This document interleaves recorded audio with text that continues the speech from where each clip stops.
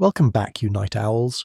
Tonight we step into the shadow of one of history's most formidable and terrifying structures, the Tower of London. I want you to close your eyes, just for a moment, and picture it not as a tourist attraction, but as it once was. The air is thick with the scent of damp stone and a history steeped in blood. The chill isn't from the evening breeze, but from the echoes of forgotten screams that cling to the walls.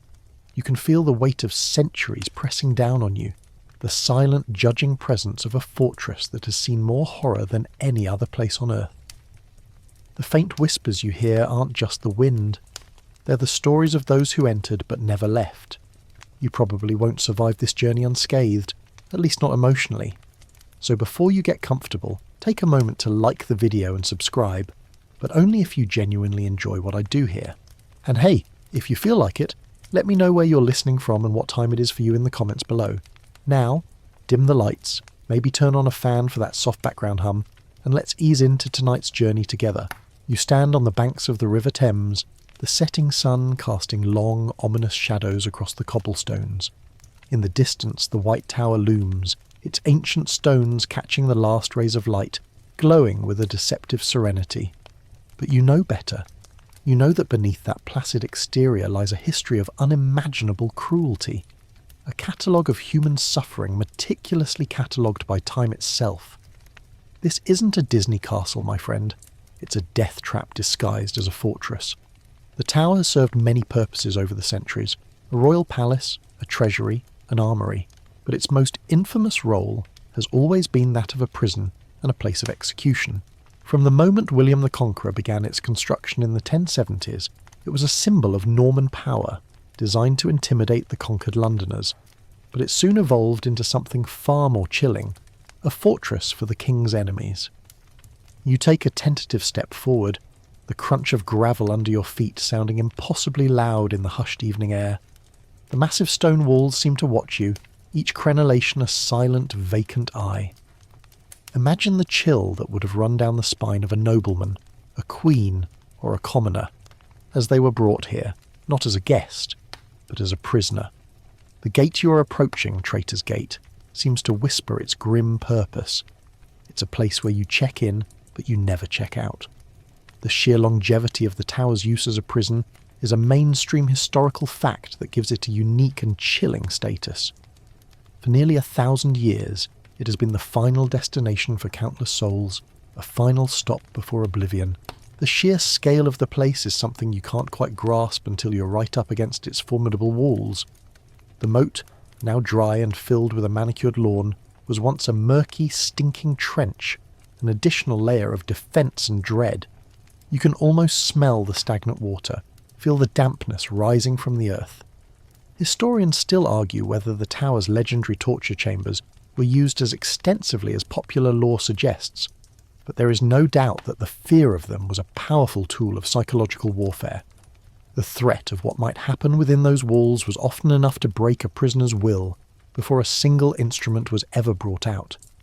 It was a place of secrets, of hidden truths and forced confessions.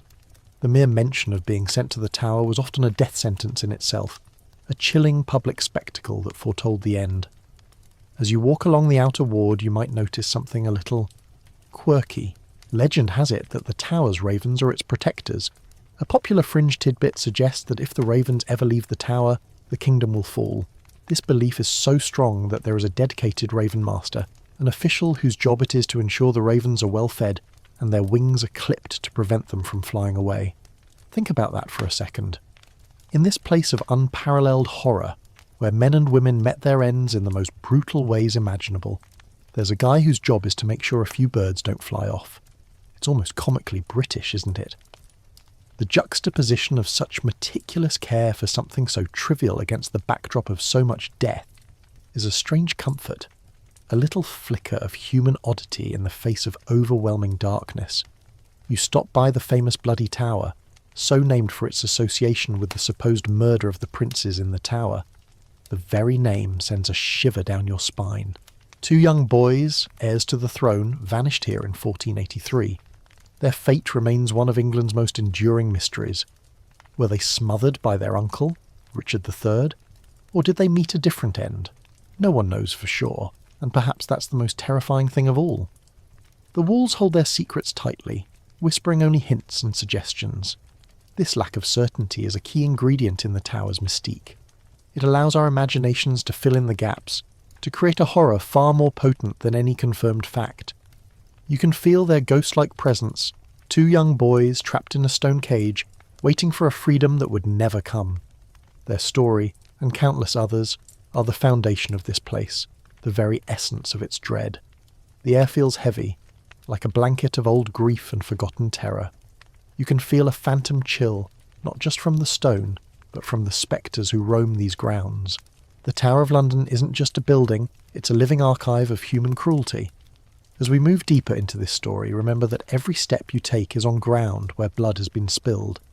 The manicured lawns you see today were once scenes of public execution, the cheers and jeers of the crowd replaced by the quiet hum of traffic.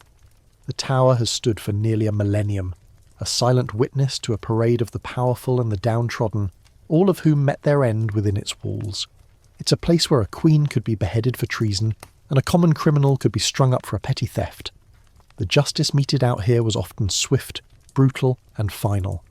It's a place where power, privilege, and piety all came to a sharp, uncompromising end. So take a deep breath if you can, and prepare yourself. This journey is just beginning, and the further we go, the more you'll feel the chilling grip of history.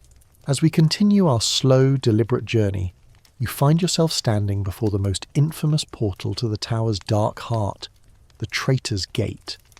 The name itself is a masterpiece of psychological terror. It's not just a gate, it's a statement, a final, public declaration of your downfall. You can almost hear the soft lapping sound of water against the stone archway, the low groan of a boat as it nudges into the landing.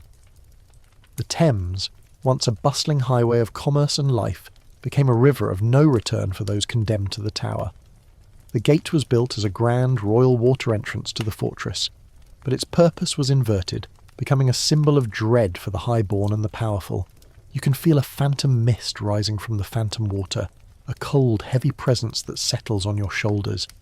Imagine you are a prisoner, perhaps a disgraced nobleman, a failed conspirator, or even a fallen queen. You've been brought from Westminster or another royal residence not by land, but by river. A final, humiliating procession through the heart of London. The people on the banks would have watched, their faces a mixture of pity, morbid curiosity, and sometimes outright hostility.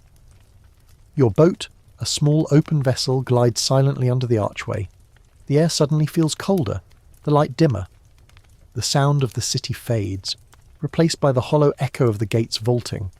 The feeling is one of complete isolation, a severing of your connection to the outside world. This is the moment you know, with absolute certainty, that your old life is over. The gates of the tower don't just close behind you, they seal you away from history, from your family, from everything you once were. The Traitor's Gate's original name was the Watergate, a much more benign label. The change in name speaks volumes about its dark historical evolution.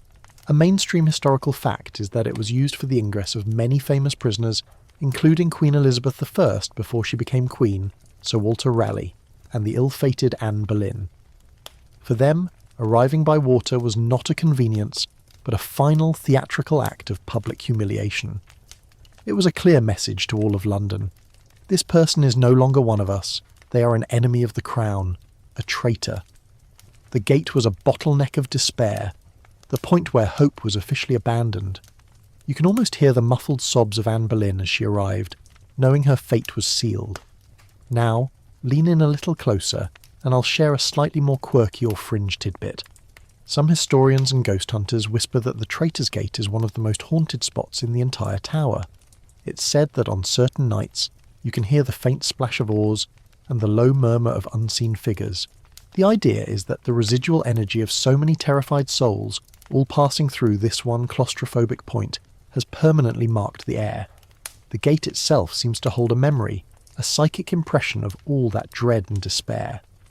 The stones are cold and unresponsive, but you get the sense that if you could somehow tune into the right frequency, you'd be overwhelmed by a chorus of final goodbyes and silent prayers. It's a place where history isn't just recorded in books, it's imprinted on the very fabric of the building. Historians still argue whether the term Traitor's Gate was a formal, official name used by the monarchy, or if it was a more common popular name given by the public to signify its grim purpose. Regardless of its origin, the name has become inextricably linked with the tower's most sinister chapter. The symbolism is what truly matters. The gate represented a shift from the public spectacle of arrest to the private, unseen horrors of imprisonment. One moment you're a person with a name and a status. The next, you're just another anonymous prisoner, your fate sealed the moment the heavy portcullis scrapes shut behind you. It's the last step on a journey of no return, and the first step into a world of pain and suffering. You walk through the archway, feeling a sudden drop in temperature. The air is heavy with the scent of age and dust. It's almost as if you've passed through a membrane, a veil between the world of the living and a forgotten subterranean realm. The path is uneven, the stone worn smooth by countless feet, both those of guards and those of the condemned. You can almost feel the presence of the yeoman warders, the beefeaters, their uniforms a splash of colour against the grey stone, their presence a constant, unblinking reminder of the Crown's authority. They were both your escorts and your jailers, the last people you would ever see with any semblance of power over your own life. Their silent, stoic presence was part of the ritual, a final formality before the real horror began. It's a surreal and morbid kind of theatre, with you as the star. The purpose of bringing prisoners in through the gate was multifold. It was a show of power, a public shaming. But it was also a way to prevent rescue attempts by angry mobs, or to simply ensure the prisoners' safe passage without having to navigate the unpredictable, often hostile streets of London. But beyond the practical reasons, there was a theatricality to it.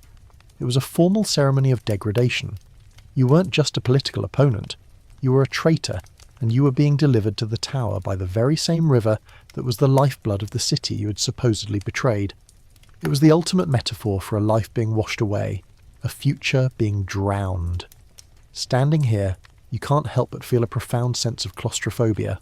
The walls are thick and high, the archway itself seems to press down on you. It's easy to see how a person's resolve would crumble the moment they stepped ashore here. There's a joke about it, I suppose, a dark, cynical kind of humour that must have been a coping mechanism for the guards. Why did the traitor bring a towel to the tower? Because they heard they were going to be well squeezed. It's a terrible joke, I know, but it hints at the gallows humour that must have been a daily presence in this place. The absurdity of it all, the grand scale of the executions against the petty human details of life and death, is something that fascinates and repels in equal measure. Remember that crocodile dung sunscreen from our last series? The sheer strangeness of history is a constant. As we move past the gate and into the inner ward, the reality of the tower's life as a prison becomes even more palpable. The windows are barred, the doors are heavy oak with thick iron hinges. You can almost hear the quiet shuffle of feet and the clink of keys. This isn't just a fortress, it's a cage. A cage for the most dangerous of people, but also for the most unfortunate. The next step on our journey will take us inside to the very cells where these condemned souls spent their final, agonizing days. We will leave the public, theatrical spaces and descend into the private, unseen horrors that lurk within. The air grows colder still as we approach the main buildings, the sense of dread thickening with every step. The Traitor's Gate was just the overture. The true performance is about to begin. As we move deeper into the tower, leaving the symbolic dread of Traitor's Gate behind, you are now in the inner ward. The heavy, oppressive silence is broken only by the distant caw of a raven, a sound that seems to carry the weight of centuries. The air is damp, cold, and carries the faint metallic scent of iron and stone.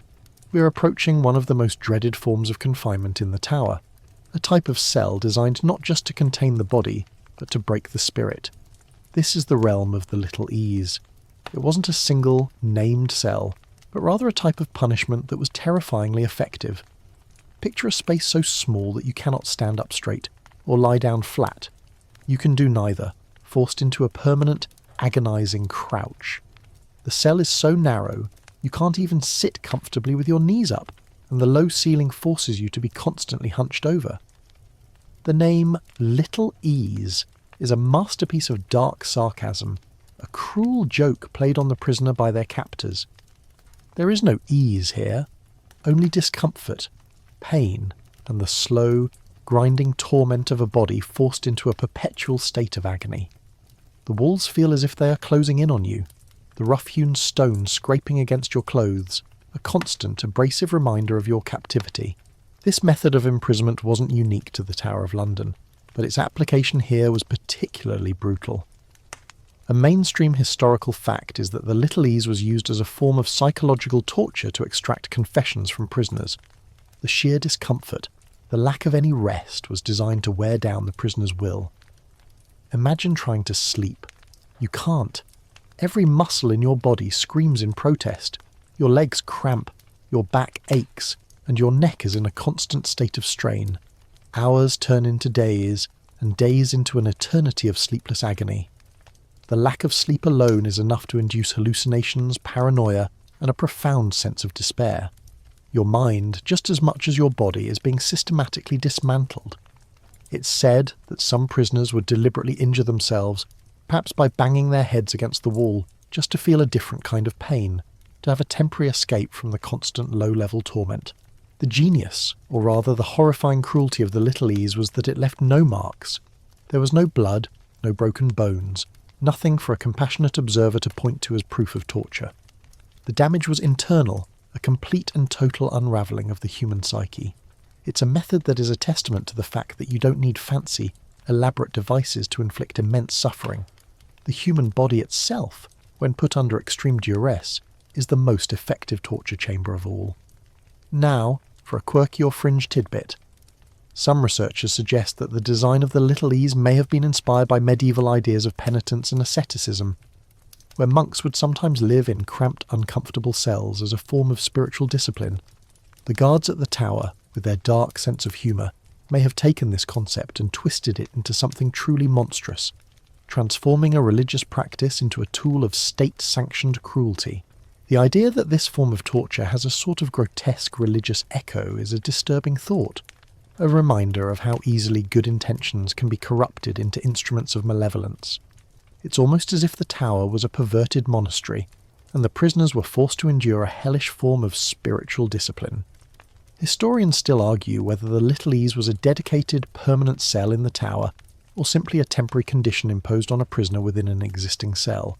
Was it a specific location or a form of punishment that could be applied anywhere? This scholarly debate highlights the fragmented nature of historical records. Much of the tower's history comes from the accounts of the prisoners themselves, who may have described their cells in terms of their experience rather than their architectural specifics. What we can say for certain is that the experience of the Little Ease was a very real and very terrible part of the tower's history. It was a punishment that could be inflicted without the need for an executioner or a rack. It was a silent, patient torture that relied on the very limits of the human body. Think about how quickly your mind would turn inward. Without the ability to move, to stretch, to even fully breathe, your world would shrink to the size of your own body. You would become acutely, sickeningly aware of every ache, every spasm, every pop and crack in your joints. Your thoughts would become a maddening loop, replaying your mistakes, your failures, the reasons you are in this unholy space. You would lose all track of time. Is it day? Is it night? You don't know. The only thing that is certain is the constant, unyielding pressure of the stone walls and the ceiling. The isolation would be complete. No one to talk to, no one to cry out to, just you and your pain. I remember talking about the crocodile dung sunscreen from our other historical series. That was weird, but it had a sort of weirdly practical, if gross, purpose. The Little Ease, on the other hand, seems to exist purely to inflict suffering. There is no practicality here, just pure distilled sadism. It's a far cry from the complex pulley and lever systems we'll talk about later. This is simple, brutal, and terrifyingly effective. It's a punishment that relies on the most basic of human needs, the need for comfort, the need to stretch, to move, and denies them all. It's the ultimate negation of the self. You can almost feel the phantom cramps in your calves and the dull ache in your lower back just thinking about it. The cell is no longer just a room. It's an active agent of torment. It's designed to make you feel as if you are being crushed, not by a specific instrument, but by the very space you occupy. It's a clever, terrible design.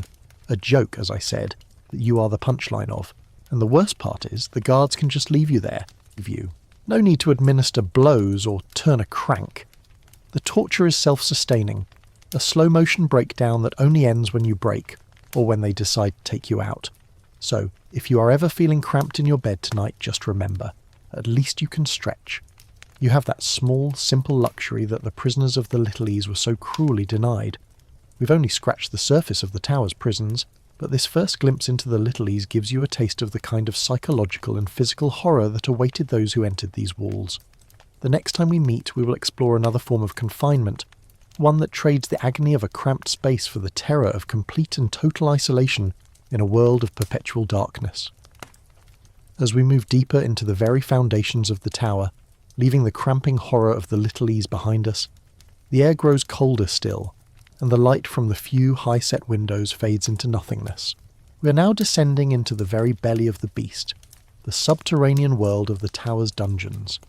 These aren't the dramatic, torchlit chambers of a Hollywood movie, but something far more insidious. This is the dungeon of perpetual darkness, a place where a prisoner was swallowed whole by an absolute and terrifying void. The silence here is a living thing, a heavy velvet blanket that smothers any sound, any hope. Imagine the descent. The stone steps are slick with a cold, perpetual dampness. Your escort's footsteps echo for a moment, then are absorbed by the oppressive silence. The light from their lantern throws long, dancing shadows, but as you go deeper, the light seems to be devoured by the darkness itself. The door groans open with a sound like a dying animal, and the lantern's beam illuminates a small, rough-hewn chamber. It's not a large space, but it feels infinite. The moment the door slams shut behind you, the darkness becomes absolute. Not just the absence of light, but a physical presence, a heavy, suffocating weight that presses in on your eyes. You can't see the walls or the floor or your own hand held right in front of your face. It's a sensory deprivation chamber designed for torture. This form of confinement was less about active torture and more about a slow, deliberate form of psychological obliteration. A mainstream historical fact is that prisoners were often left in these dungeons for months, even years, in total darkness. The lack of any sensory stimulation, especially light, would cause the mind to turn inward, to lose its connection to reality. You would lose all sense of time. Is it day? Is it night? An hour? A year? There's no way to know. The body would begin to react in strange and terrifying ways. The sleep-wake cycle, our most fundamental internal clock, would unravel. You would start to hallucinate, seeing strange flickers of light that don't exist, hearing voices that are only in your head. The darkness becomes a world of its own, a world populated by the monsters of your own mind. Think about how dependent we are on light for our sense of reality. Without it, our minds begin to fill in the blanks, often with terrifying results. Your ears, deprived of the constant hum of the world, would become hypersensitive. The drip of water from the ceiling would sound like a gunshot. The scuttling of a rat would be a terrifying presence. Every sound, every echo would be amplified, twisted and distorted by a mind desperate for any kind of stimulus. This wasn't about breaking bones, it was about shattering the soul. The darkness was a crucible, and the person who emerged from it would be a very different, and often broken, version of themselves. Now, for a quirky or fringe tidbit, some historians believe that prisoners in the darkest dungeons would sometimes find a single, tiny mouse or a rat and form a sort of bond with it, a desperate attempt to have any living company at all. They would share their meagre rations with the creature, a small, irrational act of kindness in a world that had become utterly cruel. It's a small, poignant detail that speaks to the profound loneliness of this kind of confinement. Imagine a man, a prisoner of the crown, a person who once had power and influence, reduced to sharing his last crust of bread with a rodent. It's a beautiful and heartbreaking image, a testament to the human need for connection, even in the most inhumane of circumstances. Historians still argue whether the most famous of these dungeons, known as the Little Ease in some accounts, remember that from the last section, confusing isn't it, was truly a place of total darkness or if it was simply a very small cell. This scholarly debate highlights the overlapping and often contradictory nature of the historical record. The names of these punishments were often interchangeable, and a Little Ease could also be a place of perpetual darkness. The important thing, again, is the experience. The experience of being in a space so devoid of light and sound that your mind begins to turn on you is a very real, very terrifying form of torment, no matter what it was called. It's a classic example of how the tower's horrors were often less about physical pain and more about a methodical psychological dismantling. I have to say, this is one of the more terrifying things we've talked about. The crocodile dung sunscreen was gross, but this is a different kind of horror. It's the horror of what your own mind can do to you. It's a horror that can't be seen or touched, but is felt on a cellular level. It's a slow-motion descent into madness. The prisoner would be a ghost before they ever saw the light of day again, a hollowed-out shell of a person. The tower's dungeons were also used as a kind of waiting room for death. Prisoners would be held here, in this state of sensory deprivation, for days or weeks before their execution. The experience would have been a form of purification, a stripping away of their old self, leaving them a blank slate for the final act of their lives. A joke I once heard about it was, why was the prisoner so calm on the day of his execution? Because he was so relieved to finally see the light. It's a joke that works because of the sheer terrifying reality of the darkness he would have endured. As we move on, I want you to remember this feeling of being in the void. Remember the phantom sounds and the creeping hallucinations. The tower's horrors weren't always loud and public. Sometimes they were quiet, personal, and profoundly private. The suffering that occurred in these dungeons will never be fully known, but its legacy is felt in the cold, silent stones themselves. This is a place where you didn't just lose your freedom, you risked losing your very soul. So take a breath, let your eyes adjust to the darkness, and prepare yourself for what comes next. For we are about to leave the prisons and enter the world of the instruments of torture, where the psychological torment of the dungeons gives way to a more explicit and brutal kind of pain. Leaving the suffocating darkness of the dungeons, we now move into a chamber where the horrors become more explicit, more physical. The air here is less damp, but it carries a different kind of chill, the cold metallic scent of fear and old iron. You can almost hear the phantom groans, the creaking of wood under unimaginable strain. We are standing before one of the most infamous torture devices of all time, the one that everyone has heard of, the one that's almost a cliché of medieval cruelty, but for a very real and terrifying reason, the rack. The rack is a simple but terrifying machine. It's a wooden frame with rollers at each end, one for your ankles and one for your wrists. As your tormentor turns a crank, a series of ropes pull your body in opposite directions. The first turn is a mere tightening, an uncomfortable stretch. The second turn starts to pull your joints, the ligaments and muscles protesting with a low, tearing ache. With each successive turn, the pain intensifies, escalating from an ache to a burning agony. You can feel your shoulders and hips being slowly, inexorably dislocated. The body screams in protest. The final turns, if you're unfortunate enough to experience them, would stretch your limbs so far that the joints would separate, and eventually the limbs themselves would tear from their sockets, leaving you a mangled, broken ruin. A mainstream historical fact is that the rack was used by the English Crown to extract confessions from prisoners, particularly those accused of treason. Its use was so widespread and so infamous that it became a byword for torture. The pain was excruciating, but the real power of the device was its psychological effect. The person on the rack would be in a constant state of agonizing pain, but they would also be in a state of terror, knowing that with every turn of the crank, the damage would become more severe and more permanent. The rack was a machine of psychological torment, just as much as it was a machine of physical destruction. It was an instrument of compliance. Now, for a quirky or fringe tidbit, there's a fascinating, if gruesome, historical detail about the rack and how its use was technically justified in England. Torture was officially illegal in common law. So, in order to use the rack, the monarch would have to issue a special warrant, often signed by the Privy Council. This little piece of legal theatre allowed the Crown to use torture while maintaining the pretense of a just legal system. It's a classic example of historical hypocrisy, a way to have your cake and eat it too, so to speak.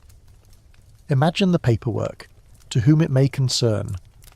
We would like to politely request permission to inflict unspeakable agony on this person in order to make them say what we want them to say. Thank you. It's a dark, bureaucratic joke. The very existence of this official paperwork is a chilling reminder of how meticulously, The state's cruelty was planned and executed.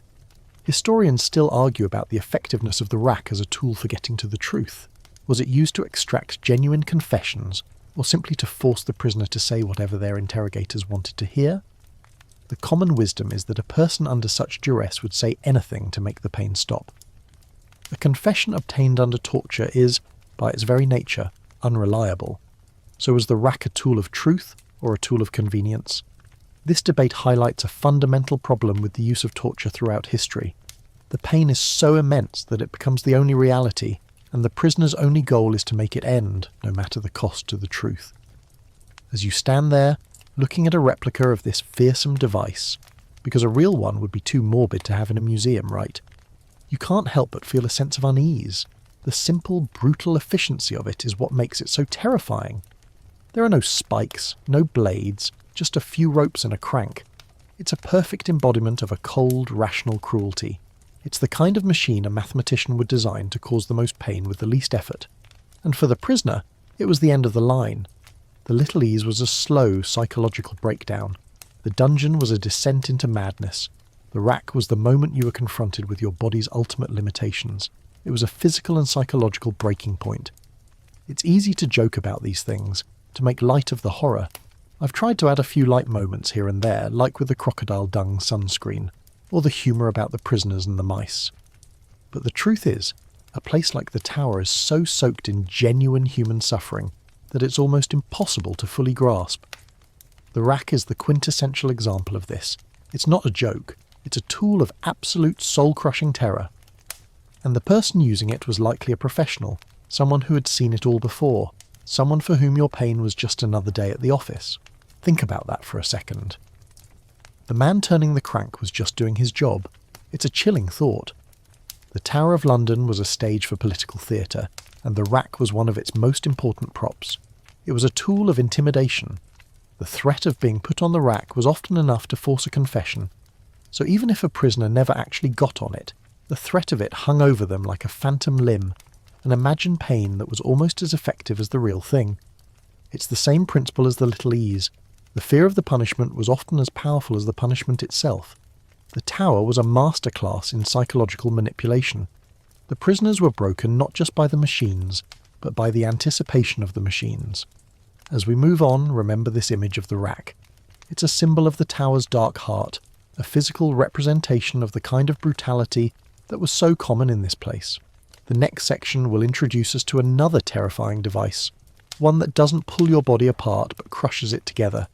It's a different kind of pain, but no less horrifying, and it reminds us once again that the human mind, when given a task of inflicting pain, can be terribly, terribly creative. Having just walked past the gruesome memory of the rack, where the body was pulled apart, we now turn our attention to its thematic opposite, a device that was, in some ways, even more terrifying for its perverse and intimate cruelty. The air in this chamber feels different, no longer just cold, but tight, almost constricting.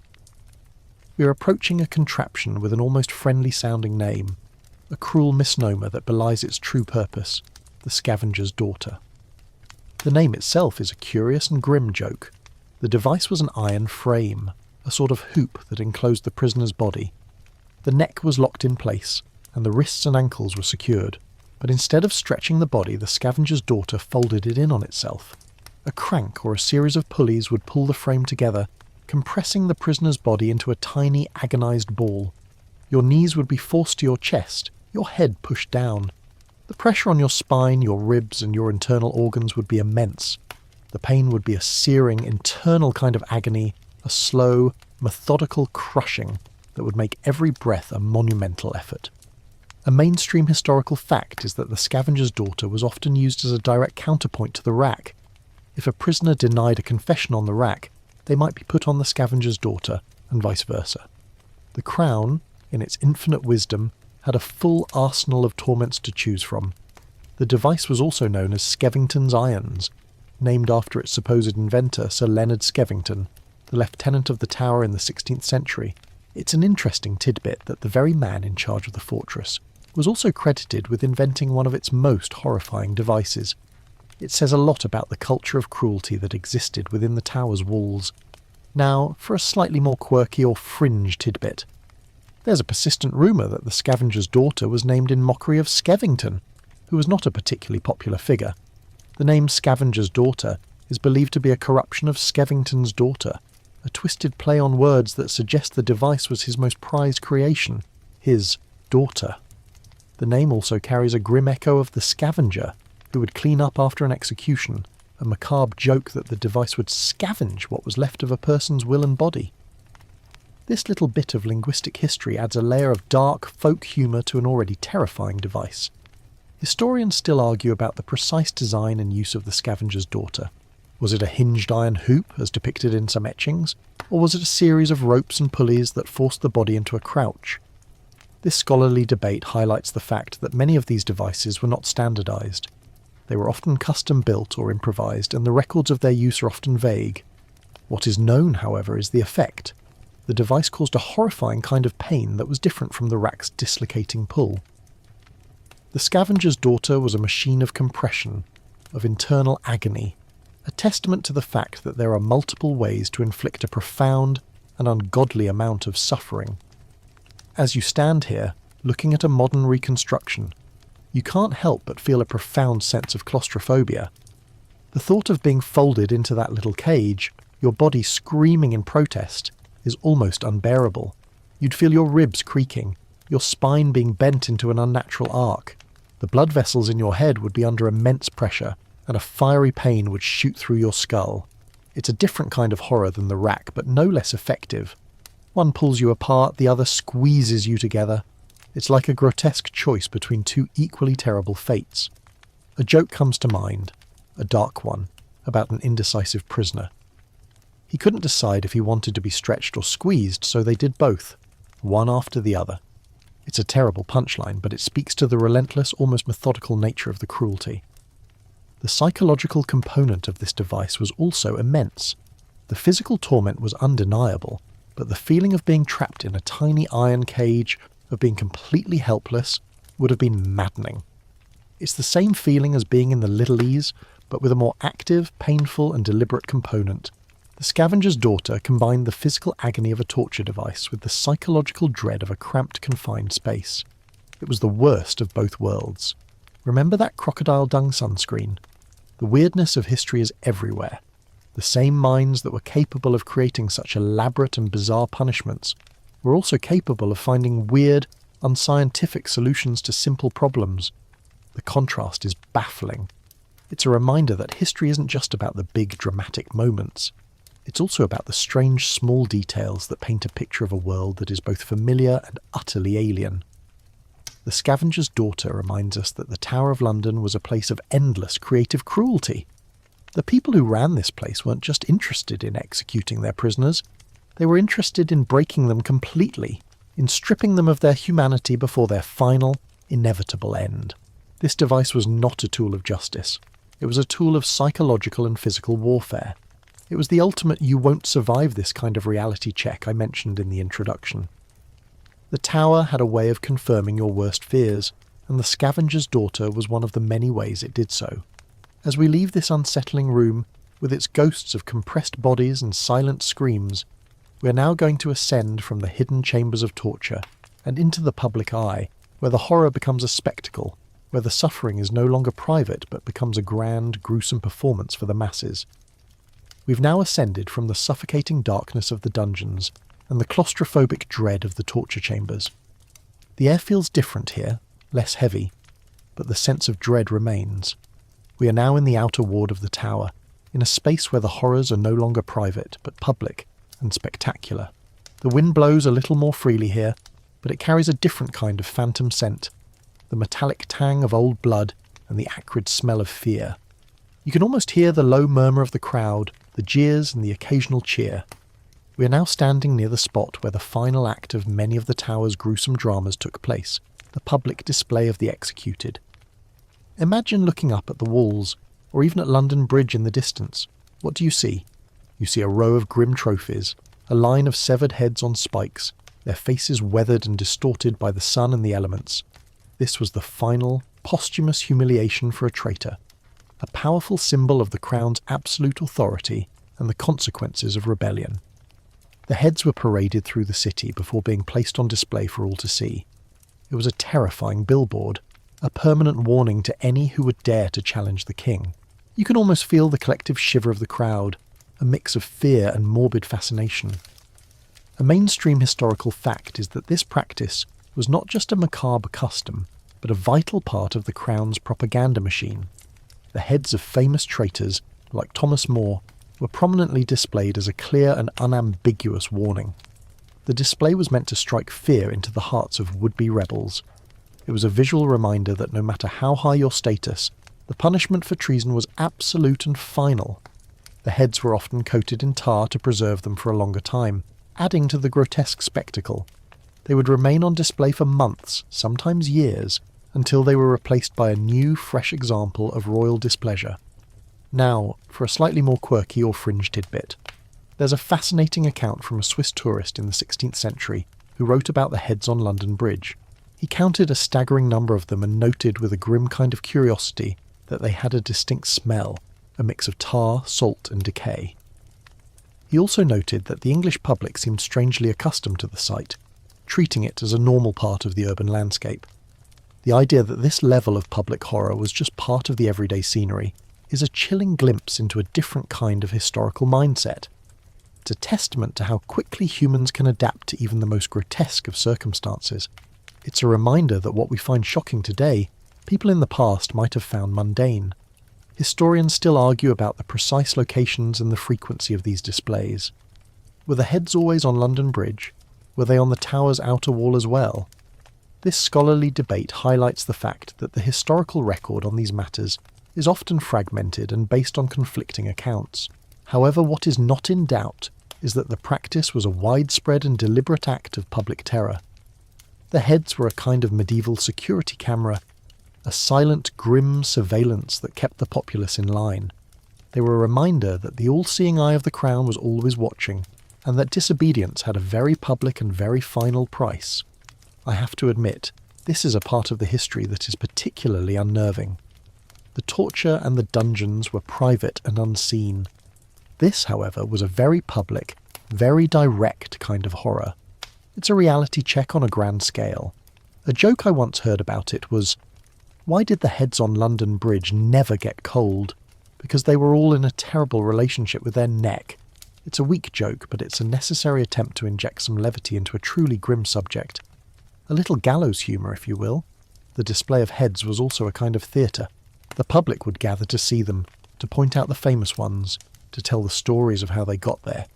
It was a form of entertainment, a macabre spectacle that drew large crowds. The tower itself was the backdrop for this grim show. The heads were the final props, the last word in a story of betrayal and punishment. The irony, of course, is that the heads themselves were silent.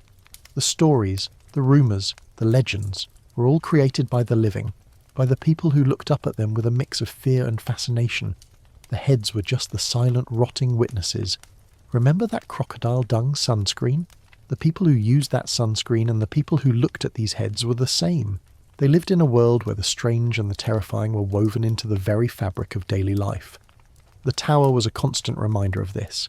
It wasn't just a tourist destination. It was a living, breathing history of cruelty and control. And the heads on the poles were its most brutal, most direct message. It's the ultimate you probably won't survive this kind of reality check I talked about at the beginning. Because for the person whose head was up there, the answer was obvious. You didn't. We've now seen the full cycle, from the initial dread of the Traitor's Gate to the confinement of the dungeons, the physical pain of the torture chambers, and the final, post-mortem humiliation of the public display. The tower's machinery of justice, or what passed for it, was a seamless and terrifying process. The next step on our journey is to get closer to the moment of execution itself, to witness the final ritual of death that occurred not on London Bridge but right here on Tower Hill. The ground here is said to be soaked in the blood of the condemned, and we are about to step onto it. Leaving the grim spectacle of the public display of heads, we now move to the place where that spectacle was created. We are walking away from the main fortress toward an open, elevated patch of land known as Tower Hill. The air here is thin and carries a different kind of solemnity, the hushed reverence of a place of ritual. This is the spot where thousands of people, from common criminals to high-ranking nobles, met their end. The ground beneath your feet is not just earth and gravel. It's a silent testament to centuries of bloodshed. You can almost hear the clamour of the crowd, the final pleas of the condemned, the thud of the axe. The execution on Tower Hill was not a random, chaotic event. It was a carefully choreographed public spectacle, a piece of political theatre with a very specific purpose. The condemned would be brought out from the tower, often in a procession surrounded by guards. They would be led to a specially constructed scaffold, a temporary stage for their final act. The crowd would gather in the thousands, a sea of faces stretching as far as the eye could see. The noise would be immense, a mixture of jeers, cheers, and morbid curiosity. This was not a private affair. It was a grand, public performance designed to reinforce the power of the crown and to serve as a stark warning to all who watched. A mainstream historical fact is that not all executions were public. High-ranking prisoners, such as Queen Anne Boleyn, were granted the privilege of a private execution within the tower's walls, a concession that was considered a mark of respect and a way to avoid a public riot or display of sympathy. The public execution on Tower Hill, therefore, was a form of public shaming, a final humiliation for those who had committed the most heinous of crimes against the state. The scaffold was a powerful symbol, a stage where power was asserted and where lives were definitively ended. Now, for a slightly more quirky or fringe tidbit, there's a strange and often overlooked detail about these public executions. They were often preceded by a long meandering speech from the condemned. It was a kind of final, morbid press conference. The condemned would often use this opportunity to profess their innocence, to forgive their executioners, and to make a final plea for the forgiveness of God. Sometimes, these speeches would be used as a final act of defiance. The crowd, in turn, would listen intently, sometimes in hushed silence, sometimes with shouts and interruptions. The idea that a person could, in their final moments, command such a stage is a bizarre and fascinating part of this ritual. It adds a layer of human agency to an otherwise brutal and dehumanizing event. Historians still argue about the true motivations behind these public spectacles. Were they a form of public entertainment, a way to keep the masses docile with a steady supply of gore and drama, or were they a necessary tool of statecraft, a way to demonstrate the absolute power of the monarch in a time before mass media? This scholarly debate highlights the complex relationship between the crown and its subjects. The executions were both a political statement and a form of grisly entertainment, and the line between the two was often blurred. The crowd was both a witness and a participant, a vital part of the theatre of death. As you stand here on Tower Hill, you can almost see the scene unfolding. The scaffold, the block, the flash of the executioner's axe. A joke I once heard about it was, why did the executioner have a sore arm? Because he had to give so many people a final chopping. It's a terrible joke, I know, but it hints at the gallows humour that must have been a daily presence for the men who had to perform this grim duty. The executioner was a professional, a man whose life was defined by the final moments of others. His axe was not just a tool, it was a symbol of justice, or what passed for it, and his block was the final resting place for many of England's most famous names. The entire process was steeped in ritual. The condemned would be brought out, they would give their speech, they would pray, they would kneel at the block. The executioner would stand ready, his axe held high. The final moment was often quick and merciful, but not always. We'll talk about a very famous botched execution in a later section, but for the most part the goal was to make the process as swift and professional as possible. The goal was to end a life, not to prolong a spectacle of suffering. Although, for the crowd, the spectacle was the whole point. Remember that crocodile dung sunscreen. The people watching these executions were the same people who used that sunscreen. They lived in a world where life was cheap and death was a public event. The Tower of London was a constant reminder of this. It was a place where the highest of the high could fall to the lowest of the low, and where the final moments of a life were a matter of public record. The ground you are standing on has seen it all. The fall of kings, the betrayal of queens, the end of 100 different stories, all ending with the sharp, final sound of the axe. This place, Tower Hill, is not just a patch of grass. It's a stage where history was written in blood. It's a place where the final moments of countless lives played out. A place of fear, courage, and despair. The ghosts of the condemned are said to linger here. their final, silent cries carried on the wind. As we move on from this hallowed and terrible ground, we will turn our attention to the man who wielded the axe, to the grim and often misunderstood profession of the executioner. We will learn that he was not a monster, but a man doing his job, a man who held the power of life and death in his hands. We are leaving the blood-soaked ground of Tower Hill, the echoes of the crowd's roar fading into a ghostly whisper.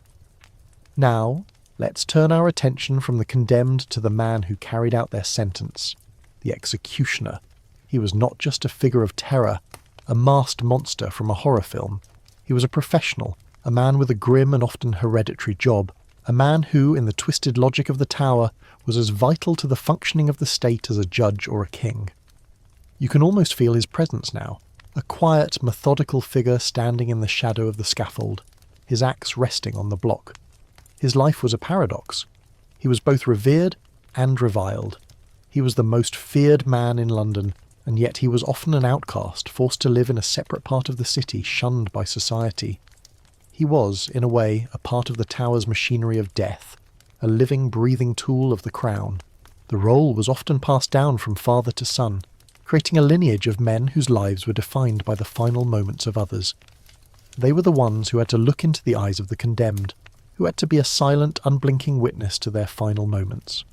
A mainstream historical fact is that the executioner's job came with a certain degree of privilege, but also immense danger. The executioner was paid by the Crown, and he often had other, more mundane duties, such as acting as a bailiff or a jailer. But his most important and most dangerous job was the execution itself. If a beheading was botched, the crowd could turn on the executioner in a moment of righteous fury, and he could be torn to pieces. He was a man who lived on the knife's edge, a man whose life depended on his ability to do his job with a single, clean strike. Now, for a slightly more quirky or fringe tidbit. There's a persistent legend that the executioner would wear a black hood to hide his identity. However, historical records suggest that this was not always the case. In fact, many executioners were well-known figures in their communities, and the anonymity of the hood was a rarity. The hood became a symbol of the profession in later centuries, a way to add a layer of theatricality and mystery to a job that was, in reality, quite mundane and brutal. The reality was that the executioner was a regular guy, a father, a husband, who just happened to chop people's heads off for a living. The idea that this job was just a day-to-day affair for some people is a chilling reminder of the different moral landscape of the past. Historians still argue about the precise social standing of the executioner. Was he a respected professional or a social pariah? The truth is likely somewhere in between. He was a necessary evil, a man who performed a service that was considered vital to the functioning of the state. But he was also a man who was tainted by the blood on his hands. This scholarly debate highlights the complex and contradictory nature of historical attitudes toward death and justice. The executioner was a figure who embodied this contradiction, a man who was both a tool of justice and a harbinger of death. He was a man you couldn't live without, but you also couldn't look in the eye. As you stand here, thinking about the life of this man, you can almost hear the soft, rhythmic sound of a whetstone on an axe blade, a sound that would have been a prelude to the final horrifying moment. The executioner's tools were not just instruments of death, they were his livelihood, and he would have taken immense pride in their upkeep. The axe had to be razor-sharp, the block had to be sturdy. His professionalism was a matter of life and death, not just for the condemned, but for him as well. A joke I heard about it was, why did the executioner start a podcast? Because he had a very keen interest in cutting-edge topics. It's a terrible, cringe-worthy joke, I know, but it hints at the dark humour that must have been a part of his world, a way to cope with the immense weight of his job. Remember that crocodile dung sunscreen? The man who wore that sunscreen might have been a commoner, a soldier, a shopkeeper, or an executioner. The mundanity of life, the strange rituals and customs, were all a part of a world where death was a public spectacle and a professional career. The Tower of London was a place where these worlds collided, where the ordinary met the extraordinary in the most violent and brutal way. The executioner was the personification of this collision, a man who was both a part of the world and a part of the Tower's dark, violent purpose. The executioner's story is a vital part of the Tower's history. He was the final piece of the puzzle, the one who carried out the sentence that had been decided by others. He was a silent, masked figure, a symbol of the state's power, but he was also just a man, a human being with a grim and thankless job. His life was a testament to the fact that cruelty is not just an act of a single person, but a system, a process, a machine that requires many different parts to function. The executioner was just one of those parts, but he was the most visible, the most feared, and in a way the most tragic. As we move on from the story of the executioner, we will now turn our attention to some of the most famous people who met their end at the Tower, to the high-profile executions that have become a part of the national mythos. We will look at the final moments of a queen, a young girl, and a failed rebel, and we will see how the axe and the block were used to end their stories, and how their stories in turn have shaped the very history of the Tower itself. We are now leaving the broad public stage of Tower Hill and entering the more intimate but no less terrifying space of the Tower Green. The air here feels heavy with a different kind of history, a history of betrayal, political intrigue, and the quiet, personal deaths of the powerful. We are now standing on the hallowed ground where 3 queens of England and a handful of other high-ranking nobles met their end. The spot is marked today by a simple memorial, a stark and silent reminder of the blood that was shed here. You can almost feel a different kind of hush, a solemn quiet that belongs only to the ghosts of royalty. Our focus now is on perhaps the most famous and most tragic of the Tower's prisoners, Queen Anne Boleyn. Her story is one of a meteoric rise and a stunning, brutal fall. She went from being the wife of King Henry VIII to an enemy of the state in a matter of months. She was accused of adultery, incest and treason, and the evidence against her was flimsy at best. But the real crime was her failure to produce a male heir for the king. The Tower, which she had entered in triumph as a queen, became her prison and her final resting place. A mainstream historical fact is that Anne Boleyn was executed with a sword, not an axe. Henry VIII, in a twisted gesture of mercy, had an expert swordsman brought in from Calais. The French swordsman was considered to be more skilled, and his method more precise than the axe, which could often be messy and require more than one blow. This small, brutal detail is a testament to the strange and contradictory nature of the justice that was meted out at the Tower. A life was being taken for a trumped-up charge, but the method of death was being performed with a certain degree of artistry and precision. It was a kind of courtesy extended to a queen, a final piece of brutal politeness. Now for a slightly more quirky or fringe tidbit. There's a fascinating account that in her final moments, Anne Boleyn was not just brave, but also a little bit witty. It is said that she joked about her little neck right before her execution. As she stood on the scaffold, she told her ladies-in-waiting to be cheerful, for I shall have but a little pain, and then shall I go to my Saviour. She then knelt and said, I pray you all, good Christian people, to pray for the king, for he is a good and gentle lord, and though I am accused and condemned, I pray God to forgive my enemies. And then, as the swordsman stood ready, she reputedly said, with a smile, I have a little neck, I shall have a quick death. The idea that a woman in her final moments could have such a presence of mind, such courage, and such a dark sense of humour is a chilling and beautiful testament to her character. It's a small human detail in a story of grand political betrayal. Historians still argue about the true nature of Anne Boleyn's guilt. Was she a victim of a political conspiracy? A woman caught in a web of lies spun by her enemies? Or was she, as some have suggested, a conniving and ruthless manipulator who got caught in her own trap? This scholarly debate highlights the complex and often contradictory nature of history. We will likely never know the full truth, but what is clear is that her fall from grace was a brutal and definitive end to a story that began with so much promise. Her story is a reminder that in the world of the Tudors, your standing was only as secure as the king's favour, and that favour could be withdrawn in an instant. As you stand here, you can almost hear the soft thud of the sword, the muffled gasp of the few witnesses who were allowed to be present. The execution was private, a quiet, shameful end for a woman who had once been the centre of the world's attention. A joke comes to mind, a dark one, about her final moments. Why did Anne Boleyn get a French executioner?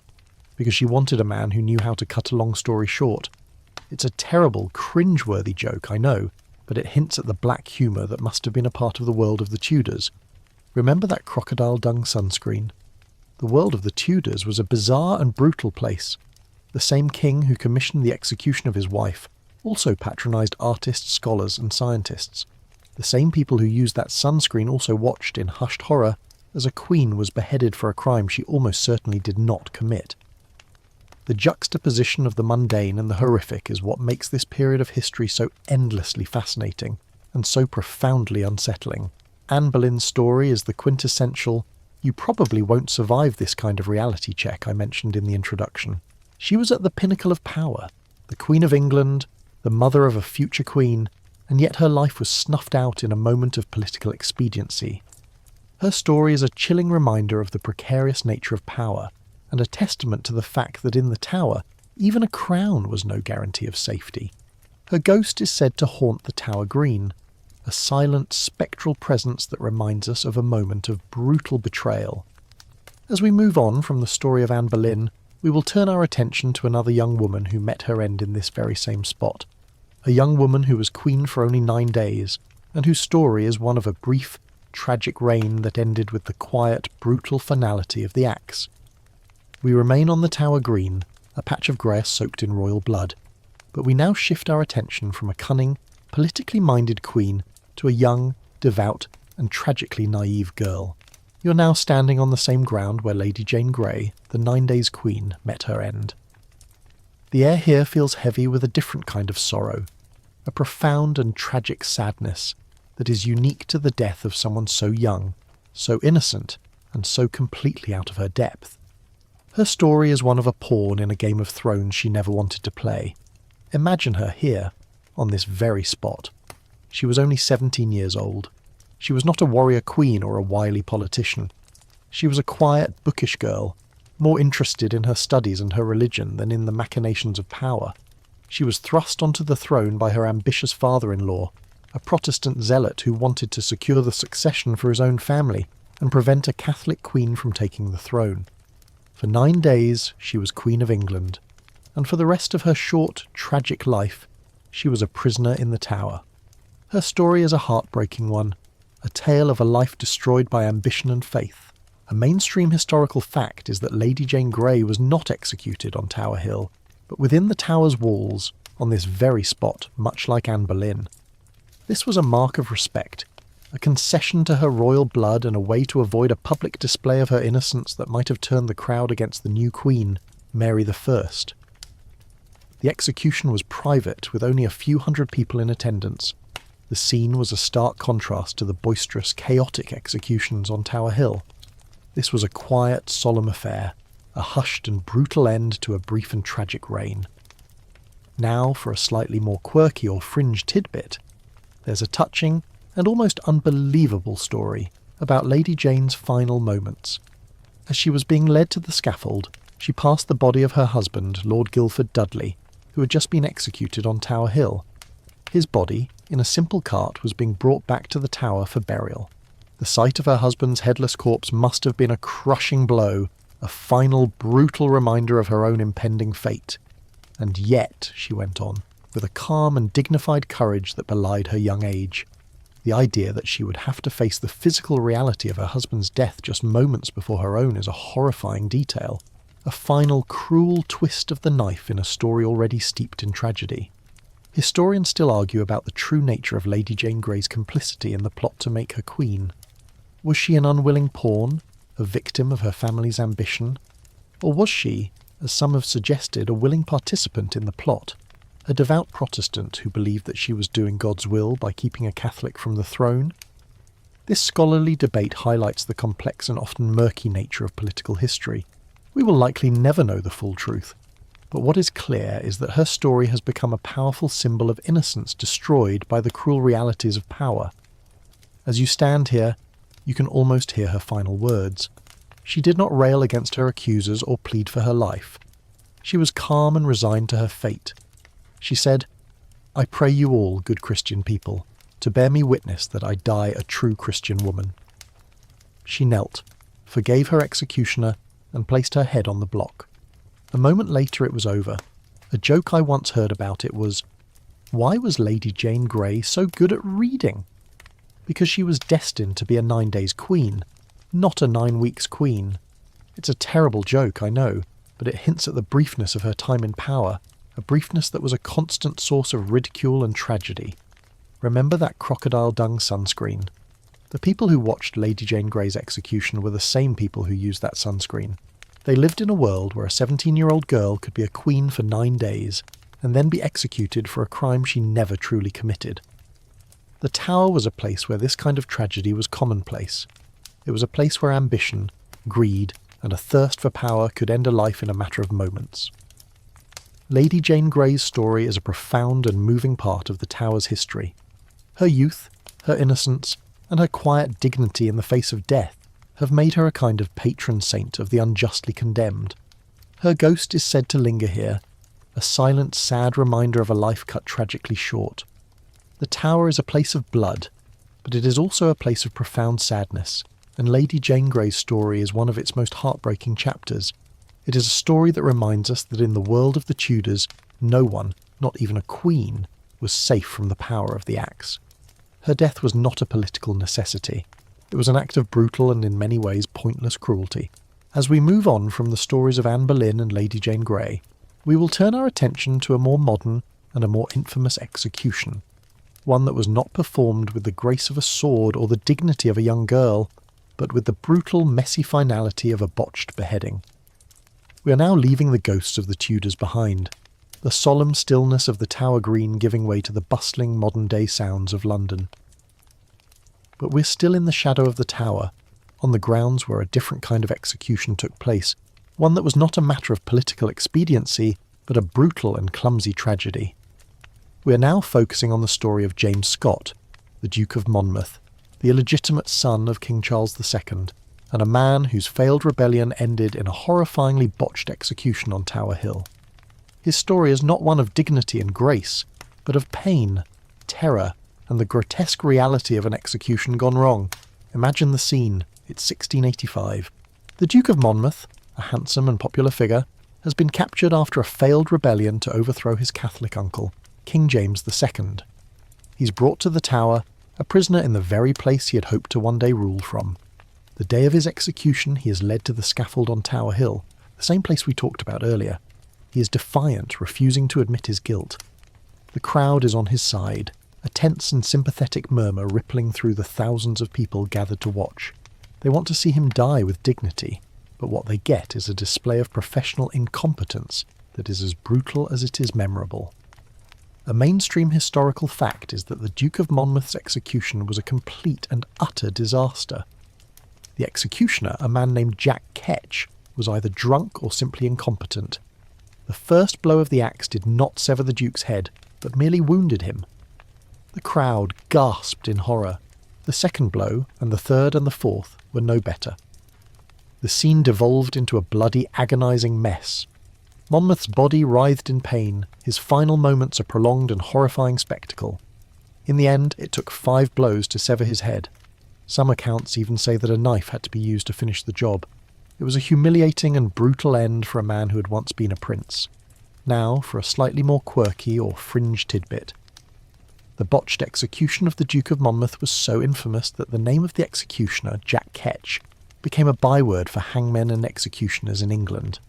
To this day, the term Jack Ketch is used to refer to a public executioner. The idea that a man's incompetence was so legendary that his name became synonymous with his profession is a strange and grim legacy. He was not a good professional, and yet he is one of the most famous executioners in English history. His failure became his immortality, a twisted and macabre kind of fame. Historians still argue about the true reason for the botched execution. Was Jack Ketch truly incompetent? Or was he a man under immense pressure, a man who had been threatened and intimidated into doing a bad job? Some have even suggested that he was a victim of political intrigue, set up to fail by the very people who had ordered the execution. This scholarly debate highlights the fact that even in a seemingly straightforward event like an execution, there are layers of political and personal drama that are often hidden from the public eye. The Duke of Monmouth's death was not just a tragedy, it was a conspiracy, a political statement, and a horrifying public spectacle. As you stand here, you can almost hear the horrified gasps of the crowd, the low groans of the Duke, and the sickening thud of the axe on the block. A joke I once heard about it was, why did the Duke of Monmouth's executioner fail so many times? Because he kept axing for too many retakes. It's a terrible, cringe-worthy joke, I know, but it hints at the dark humour that must have been a part of the popular culture of the time. The story of Monmouth's death was passed down through the generations, a constant reminder of the tower's dark and brutal past. Remember that crocodile dung sunscreen? The people who watched this agonising spectacle were the same people who used that sunscreen. They lived in a world where a botched execution was a common occurrence, a part of the grim reality of life and death. The Tower of London was a constant reminder of this. It was a place where justice was swift and often brutal, and where even a prince was not safe from the horrifying reality of the executioner's block. The Duke of Monmouth's story is a testament to the fact that not all deaths in the Tower were dignified or quick. Some of them were messy, agonising, and public reminders of the terrifying reality of power. His story is a profound and unsettling part of the Tower's history. It reminds us that behind the grand rituals and the political theatre, there was a very human, very painful reality. The Duke of Monmouth's failed rebellion and his botched execution are a stark reminder of the fragile nature of power and the brutal consequences of failure. His ghost and the ghost of his botched execution are said to linger on Tower Hill, a silent, spectral presence that reminds us of a moment of brutal and clumsy cruelty. As we move on, we will leave the public stage of the executions and go back into the shadows of the Tower, into the world of espionage, whispers, and secret betrayals. We will discover that the Tower was not just a place of public spectacle, but also a place of private, hidden, and often very messy secrets. We are now leaving the open grounds of Tower Hill, with its memories of botched beheadings and solemn rituals, and we are stepping into the deeper shadows of the Tower itself. The air here feels different, not just cold, but secretive, as if the very stones are listening. The Tower was not just a place of execution, it was a hub of espionage, a place where secrets were kept and betrayed, where information was a weapon more dangerous than any sword or axe. You can almost hear the soft, furtive whispers, the quiet scuff of a footstep in the dark. This is the world of spies, whispers, and secret betrayals. The Tower, with its formidable walls and its reputation for a no-nonsense approach to justice, was an ideal place for the interrogation of spies and political prisoners. It was a place where information was a currency more valuable than gold. The prisoners held here were not just men and women accused of treason. They were often sources of intelligence, men and women who held the secrets of the Crown's enemies, or its own internal machinations. The Tower was a kind of a dark and twisted intelligence agency, a place where secrets were extracted, guarded, and, on occasion, betrayed. A mainstream historical fact is that the Tower of London was used as a holding place for spies from as far back as the Tudor period, and its use as a place of interrogation continued all the way into the 20th century. During both World Wars, the Tower was used to hold German spies, a modern chapter in a story that began centuries ago. The last person to be executed at the Tower was a German spy named Joseph Jacobs in 1941 during World War II. The idea that a fortress built by the Normans would be used to execute a spy in the era of tanks and airplanes is a surreal and haunting testament to the Tower's long and brutal history. Now for a slightly more quirky or fringe tidbit. There's a fascinating story about a Spanish spy, a man named Don Diego de Pantoja, who was imprisoned in the Tower in the 17th century. He was caught trying to steal secrets about the English Navy, but here's the strange part. He was so charming and well liked by his guards that he was given a certain degree of freedom. He was allowed to walk around the Tower, to dine with the guards, and was even allowed to keep a monkey as a pet. The idea that a spy, a man who had betrayed the Crown, could be given such privileges is a bizarre and fascinating footnote in the Tower's history. It shows that even in a place of such brutality, there were small human moments of kindness and connection. The monkey, a small, mischievous presence in a place of such gravity, is a strangely comforting and absurd image. It's the kind of thing that reminds you of how bizarre and unpredictable history can be. Historians still argue about the true nature of these interrogations. Was the use of torture widespread and common, or was it used sparingly as a last resort? The historical records are often vague, and the accounts of the prisoners themselves can be unreliable, as they were often trying to paint themselves as martyrs and victims. This scholarly debate highlights the difficulty of getting at the truth in a world of secrets and lies. What we can say for certain is that the Tower was a place where information was everything, and where a person's life could depend on their ability to keep a secret, or to reveal one. As you stand here, you can almost feel the presence of these ghosts of spies and whisperers. You can almost hear the soft click of a lock, the quiet rustle of a letter being read, the low murmur of a conversation being held in the shadows. The tower was not just a fortress, it was a labyrinth of secrets. It was a place where a betrayal could be a quiet whisper in a dark corridor, and a confession could be a broken sob in a cold stone cell. A joke I once heard about it was, why was the Tower of London a bad place for a spy? Because all the walls had ears. It's a corny joke, I know, but it hints at the sense of paranoia and unease that must have been a constant presence in this place. Remember that crocodile dung sunscreen? The people who lived and worked in the tower were not just executioners and jailers, they were also spies, interrogators, and keepers of secrets. They were men and women who lived in a world where a handshake could be a promise of a friendship or a sign of a betrayal, and where every word could be a matter of life and death. The tower was a constant reminder of the fragile nature of trust and the terrifying reality of deception.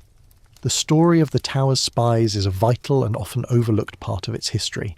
It reminds us that the tower was not just a stage for grand public spectacles, but a place of quiet, private horrors as well. The suffering that occurred in the shadows, the secrets that were kept and betrayed, are a testament to the tower's long and complicated history. It was a place where the state's cruelty was not just loud and public, but also silent, methodical, and profoundly private. As we move on, we will turn our attention back to the more overt instruments of torture, to the devices that were the stuff of legend, myth, and nightmares. We will explore the story of one of the most famous and most misunderstood of these devices, a spike-lined coffin that was said to deliver a deadly embrace, but whose true history is a much more nuanced and fascinating tale. We are now delving back into the world of torture devices, leaving behind the whispers of spies and the silent dread of private secrets. The air in this chamber is thick with a different kind of history, a history of myth, fear, and a terrifying image that has haunted our collective nightmares for centuries. We are now standing before a device that, while not a part of the tower's authentic history, has become so inextricably linked with it that its very name is a byword for a horrifying spike-lined end. This is the Iron Maiden.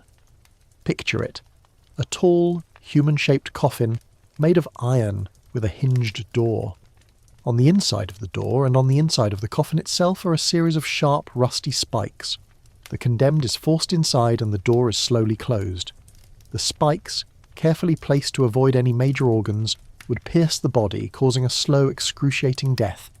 You can almost hear the soft creak of the door, the muffled cry of the person inside, the slow, methodical closing of the lid, a final iron embrace. A mainstream historical fact is that the Iron Maiden was not a real torture device used in the Tower of London or anywhere else in medieval England. The most famous example, the Iron Maiden of Nuremberg, was a 19th century fabrication, a sort of macabre tourist attraction designed to capitalise on the public's fascination with medieval torture. Its existence is a testament to the power of a good story, and the human desire for a more sensational and theatrical kind of horror. It's a complete and utter fabrication, a piece of dark folklore that has been taken for historical truth. The myth of the Iron Maiden, however, has become so pervasive that it's a kind of historical fact in its own right, a testament to what we want to believe about the past. Now, for a slightly more quirky or fringe tidbit, the Iron Maiden, despite its lack of historical authenticity, has had a profound impact on popular culture. It has appeared in countless movies, books and video games, and has become a symbol of medieval cruelty. The device, with its theatrical and terrifying design, is a perfect representation of our modern anxieties about torture and death.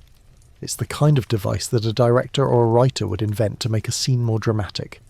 The fact that it was invented in a time of relative peace and scientific advancement is a strange and ironic footnote in its history. It reminds us that our nightmares are not always based on reality, but are often a reflection of our own creative and often morbid imaginations. Historians still argue about the true origins of the Iron Maiden myth. Was it a complete fabrication from the beginning, a piece of macabre showmanship, or was it based on a more ancient, less spike-filled device, a simple torture method that was later exaggerated and embellished with a more terrifying, spiked design? This scholarly debate highlights the way that history can be rewritten by popular culture and by our own desires for a more dramatic and more gruesome past. The Iron Maiden is a perfect example of how a lie, if it is compelling enough, can become a kind of truth. As you stand here, looking at a replica of this famous device, you can almost hear the silent gasp of disappointment from the tour guides who have to debunk the myth on a daily basis.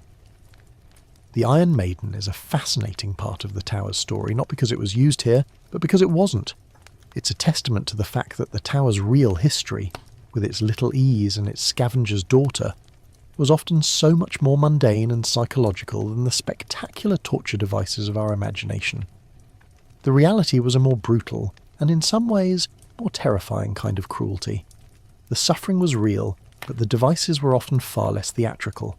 A joke I once heard about the Iron Maiden was, why was the Iron Maiden so popular? Because it was a great way to get a point across. It's a terrible joke, I know, but it hints at the black humour that has become a part of our modern fascination with medieval torture. The Iron Maiden, with its theatrical and absurd design, is a perfect subject for gallows humour, a way to make light of a dark and gruesome subject. It's a kind of coping mechanism, a way to deal with a reality that is too brutal to contemplate. Remember that crocodile dung sunscreen? The people who used that sunscreen and the people who invented the Iron Maiden were both trying to deal with the harsh realities of their world. One was trying to protect themselves from the sun, the other was trying to make a living by selling a good story. Both were a testament to the creativity and the ingenuity of the human mind, even when it is applied to the most bizarre and morbid of tasks. The tower, with its mix of real and imagined horrors, is a living testament to this duality. It is a place where fact and fiction, history and myth, are so intertwined that it is often difficult to tell the difference. As we move on, we will turn our attention to another horrifying and very real method of execution, one that was not a part of the tower's main repertoire, but was used on occasion, and which is so gruesome and so terrifying that its very name sends a shiver down your spine. We will now talk about death by boiling. We've now moved from the world of imagined horrors like the Iron Maiden to a chillingly real and utterly gruesome method of execution, one that, while not a common sight at the tower, was a recognised and horrifying form of capital punishment in England. The air here feels hot, heavy, and carries a phantom metallic scent, as if you're standing near a great simmering cauldron. The sound you hear is not the roar of a crowd or the whisper of a ghost, but a low, menacing bubbling, the promise of a truly agonising death. This is the horrifying world of the boiling pot. Imagine a huge cauldron, filled with water, pitch, or even molten lead, set over a roaring fire. The condemned would be lowered into the pot not all at once, but slowly, a horrifying, drawn-out process designed to inflict maximum pain. The feet would go in first, the skin blistering and peeling instantly. The agony would be unimaginable. Then the legs, the torso, and finally the head. The entire process would be a symphony of suffering, a slow, methodical cooking of a human being. The goal was not just to kill, but to inflict a profound and ungodly amount of suffering, a final public lesson in the consequences of a particular crime. A mainstream historical fact is that death by boiling was a statutory punishment for poisoners in the 16th century England. The law, passed by King Henry VIII, was a direct response to a series of high-profile poisoning cases. The idea was that the punishment should fit the crime, and that a poisoner, who killed by a slow, agonising process, should be punished in a similarly cruel and unusual way. The act was a clear statement from the Crown that poisoning was a crime against the state, and that its perpetrators would be dealt with in the most brutal way imaginable. This was not a punishment for treason or rebellion. It was a punishment for a specific and particularly insidious crime. Now, for a slightly more quirky or fringe tidbit. There's an interesting account of one of the most famous cases of death by boiling, that of a man named Richard Roos, a cook who was convicted of poisoning a large number of people in the household of the Bishop of Rochester. The crowd that gathered to watch the execution was so large and so unruly that a large number of them were crushed and injured. The macabre spectacle became a kind of bizarre circus, a horrifying mix of justice, entertainment, and public chaos. The idea that people would be willing to risk their lives to see a man boiled alive is a chilling reminder of the different moral landscape of the past. It shows that public executions were not just a deterrent, they were a form of entertainment, a gruesome spectacle that drew crowds like a rock concert today. Historians still argue about the true nature of the boiling process. Was the victim lowered into the pot slowly, as some accounts suggest, or were they thrown in all at once? The historical records are vague, and the accounts of the witnesses are often contradictory. What is clear, however, is that the punishment was considered one of the most brutal and most agonising forms of death imaginable. The very thought of it would have been enough to deter many would-be poisoners. The punishment was not just a physical reality, it was a psychological weapon, a part of the Crown's arsenal of public terror. As you stand here, thinking about this horrifying process, you can almost feel the heat from the phantom cauldron. A joke I once heard about it was, why was the poisoner so bad at his job? Because he always ended up in hot water. It's a terrible joke, I know, but it hints at the black humour that must have been a part of the world of the Tudors. The same king who had his wife beheaded and his enemies put on the rack also had a man boiled alive. The juxtaposition of these horrors is a constant reminder of the brutal and often incomprehensible nature of history. Remember that crocodile dung sunscreen? The people who used that sunscreen and the people who watched a man boiled alive were the same. They lived in a world where a slow, agonising death was considered a just and reasonable punishment for a crime. The Tower of London, with its ghosts of beheaded queens and tortured prisoners, is a constant reminder of this. It was a place where justice was a blunt and often horrifying instrument, a tool of a state that was often more interested in power than in justice. The story of the boiling pot is a vital and often overlooked part of the Tower's history. It reminds us that the Tower was not just a place of execution, but a place where a wide variety of horrific and brutal punishments were carried out. It was a place where the state's cruelty was not just a matter of decapitation or hanging, but of a wide and varied range of agonising, drawn-out deaths. The boiling pot is a testament to the fact that the human mind, when given a task of inflicting pain, can be terribly, terribly creative. As we move on, we will turn our attention to another slow and agonising form of death, one that was not as dramatic or as theatrical as the boiling pot, but was no less brutal. We will now talk about the horror of a slow and deliberate death by hunger and thirst, a form of punishment that was a quiet, private kind of horror, a kind of horror that was almost more terrifying for its lack of fanfare. Leaving the gruesome spectacle of the boiling pot behind, we now descend back into the deeper, darker parts of the Tower. We are moving away from the loud, theatrical horrors and into a more quiet, private, and in some ways, more terrifying form of suffering. The air here is still and cold, and the silence is a heavy blanket, a promise of a slow and agonising end. This is the dungeon of hunger and thirst, a place where a person's body was turned against itself, where death was not a swift blow of the axe, but a slow, methodical starvation. Imagine being sealed in a cell, a place with no window, no light, and a door that you know will not open again. Your captors do not beat you, do not stretch you on a rack or force you into an iron cage. They simply leave you. They provide you with nothing, no food, no water. Your body, with its infinite capacity for survival, becomes your own tormentor. The initial hunger pangs are a familiar ache, but they soon evolve into a constant burning agony. Your stomach cramps, your throat becomes dry and cracked, and your body begins to consume itself. The fat reserves go first, then the muscles, and finally, the organs. It is a slow, methodical, and profoundly dehumanizing process. A mainstream historical fact is that this method of execution was used as a form of capital punishment, particularly for those who were considered too dangerous to be given a public trial or a public execution. The most famous example is that of Henry VI, who was supposedly murdered in the Tower in 1471. While his death was a mystery for centuries, many historians believe he was starved to death in one of the Tower's dungeons. This form of execution was a way to make a problem disappear quietly and without fanfare. It was a private, unseen horror, a definitive end that left no public record, no protest from the crowd, and no martyr for a cause. It was a death designed for inconvenient kings and powerful enemies, a way to make a person simply vanish from history. Now, for a slightly more quirky or fringe tidbit. There's a persistent and unsettling rumour that in some of these starvation cells, the prisoners, in their final moments, would resort to an extreme and desperate act of survival. They would eat the leather from their own shoes or belts, a final, futile attempt to give their bodies some kind of sustenance.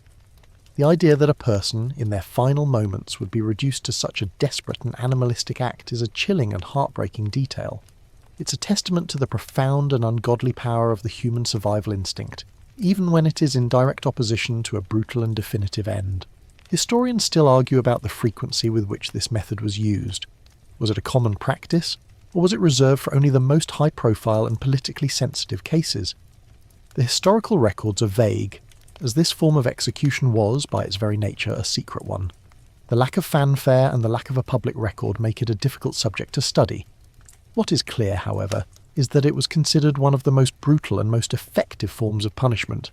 It was a kind of death that was so quiet, so private, that it was a profound and unsettling mystery to the outside world.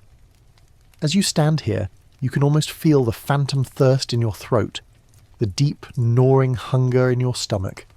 A joke I once heard about it was, why was the Tower of London's chef so bad? Because all his customers were always dying to leave.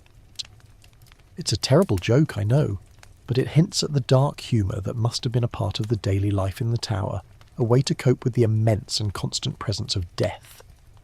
Remember that crocodile dung sunscreen?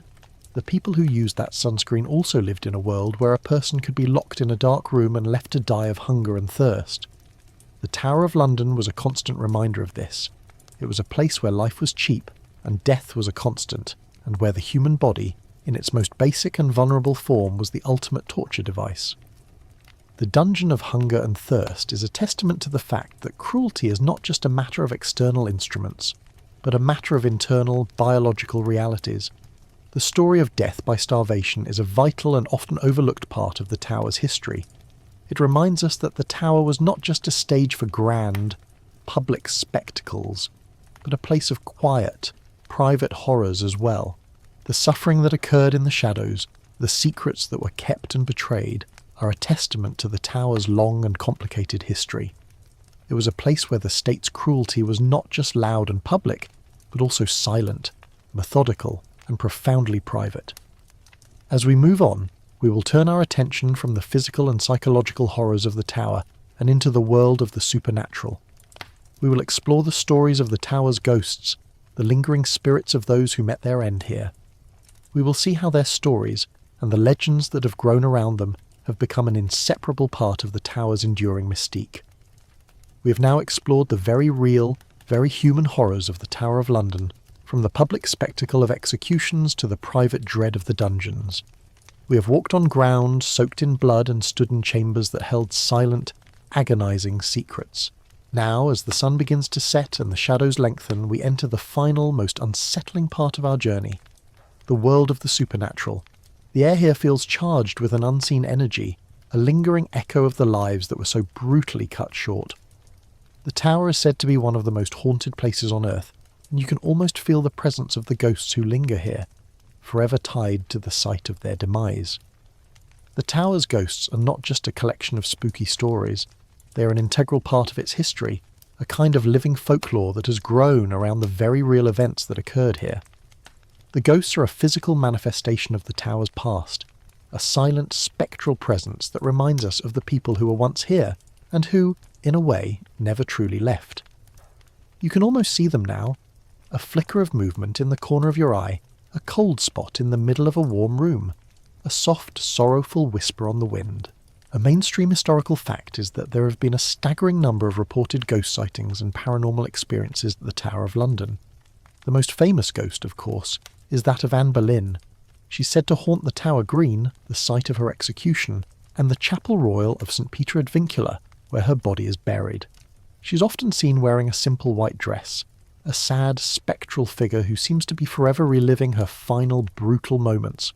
Her ghost is not a figure of terror, but of profound sadness, a testament to the tragic nature of her life and death.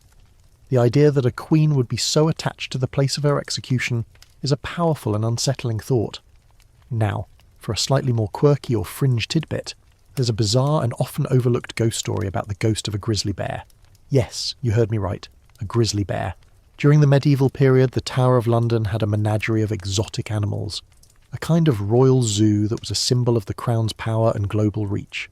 It is said that the ghost of a grizzly bear, a gift from the King of Norway, still haunts the grounds. His spirit is said to wander the grounds looking for his lost companions. The idea that the tower is haunted not just by the ghosts of its victims, but by the ghosts of its animals, is a strange and wonderful detail. It adds a layer of surrealism to a history that is already steeped in the bizarre. It reminds us that the tower was not just a place of human drama, but a place where a wide variety of lives and stories intersected. Historians still argue about the true nature of these ghost sightings. Are they a form of mass hysteria, a psychological phenomenon caused by the immense and constant presence of death and trauma? Or are they a genuine paranormal occurrence, a lingering energy from the past that can be felt and seen by those who are sensitive to it? This scholarly debate highlights the fascinating intersection of history, psychology, and the supernatural. We may never know the truth, but what is clear is that the ghost stories of the tower are a vital and powerful part of its enduring legacy. As you stand here, you can almost feel the phantom touch of a hand on your shoulder, the soft, sorrowful sob of an unseen figure. The ghosts of the tower are not just passive observers, they are an active part of its history, a constant, silent presence that reminds us of the lives that were taken here.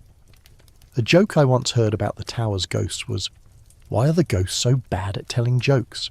Because they have no body to tell them to." It's a terrible joke, I know, but it hints at the black humour that has become a part of the tower's enduring mystique. Remember that crocodile dung sunscreen? The people who lived in this place were not just torturers and victims, they were also ghost hunters, and they lived in a world where the line between the living and the dead was blurred. The Tower of London was a constant reminder of this. It was a place where a person could be locked in a dark room and left to die, and their ghost could be seen walking the grounds for centuries to come. The tower is a testament to the fact that death is not always a finality. Sometimes it is just a beginning. The story of the tower's ghosts is a vital and often overlooked part of its history. It reminds us that the tower was not just a stage for grand, public spectacles, but a place of quiet, private horrors as well. The suffering that occurred in the shadows, the secrets that were kept and betrayed, are a testament to the tower's long and complicated history. It was a place where the state's cruelty was not just loud and public, but also silent, methodical, and profoundly private. The ghosts of the tower are a testament to the fact that cruelty and kindness, life and death, are so intertwined that it is often difficult to tell the difference. As we move on, we will leave the world of ghosts and apparitions and return to a more grounded but no less symbolic part of the tower's story. We will now turn our attention to the one living thing that is said to be forever tied to the tower's fate, a flock of birds that are a testament to the tower's enduring legacy and its long and complicated history. We have come to the end of our journey. We have traversed the centuries, walked through the blood of the executed, shivered in the cold of the dungeons, and felt the spectral presence of the tower's ghosts.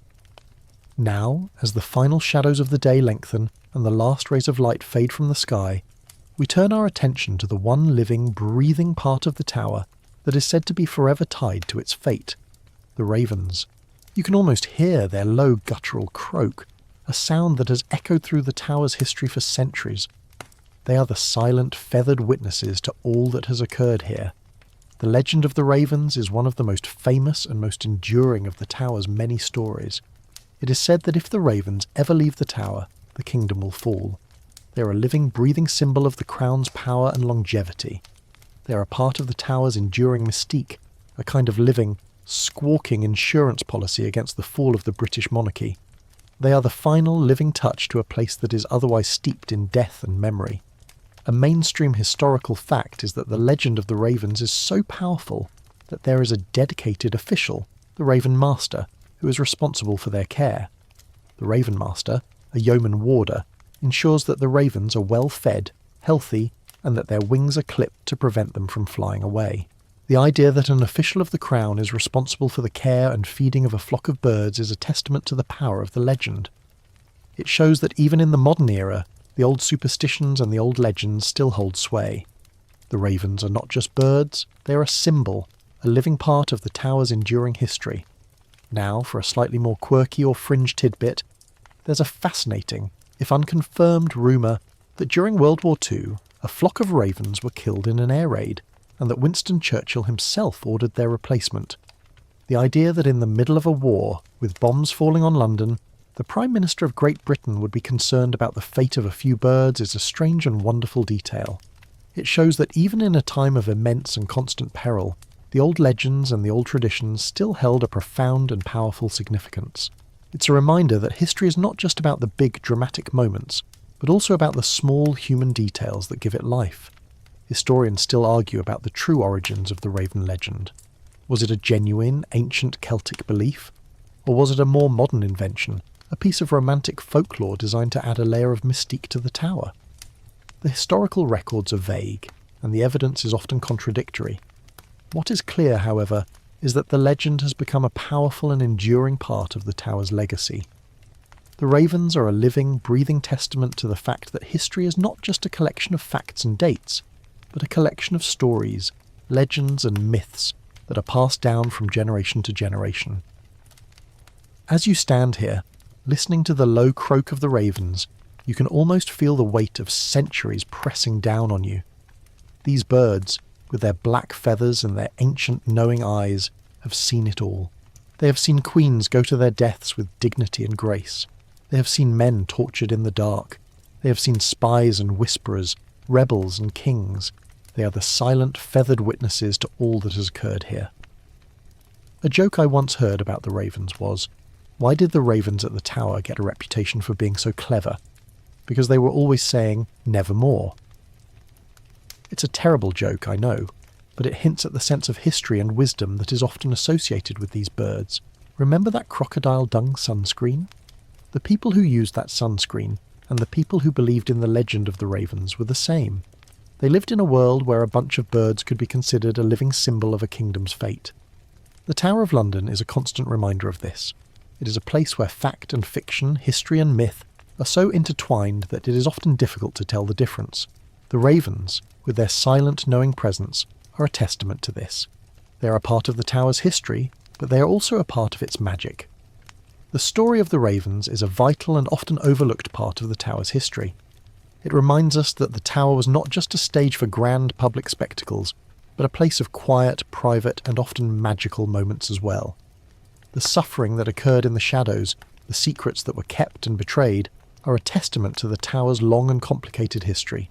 It was a place where the state's cruelty was not just loud and public, but also silent, methodical, and profoundly private. The ravens are a testament to the fact that cruelty and kindness, life and death, are so intertwined that it is often difficult to tell the difference. Now, with the last raven settled in for the night, and our long, harrowing journey through the Tower of London finally at an end, let's take a moment to decompress. The images we've explored, the sounds we've heard, the low creak of the rack, the distant thud of the axe, the mournful croak of the ravens can linger. So, as you settle deeper into your bed, let those visceral pictures fade away, like old photographs yellowing with time. The tower's stones are cold, but your sheets are warm. The air is heavy with history, but the air in your room is calm and still. Let the distant sounds of the city outside, or the gentle whir of a fan, be the only noise you hear. The ghosts are asleep now, the ravens are at rest. The stories we've shared tonight, from the terror of the Traitor's Gate to the final, quiet watch of the ravens, are a part of a long and complicated past. They are echoes, not realities. They cannot touch you. Take a deep, slow breath. The journey is over, the doors are closed, the lights are out, and you are safe. Sweet dreams.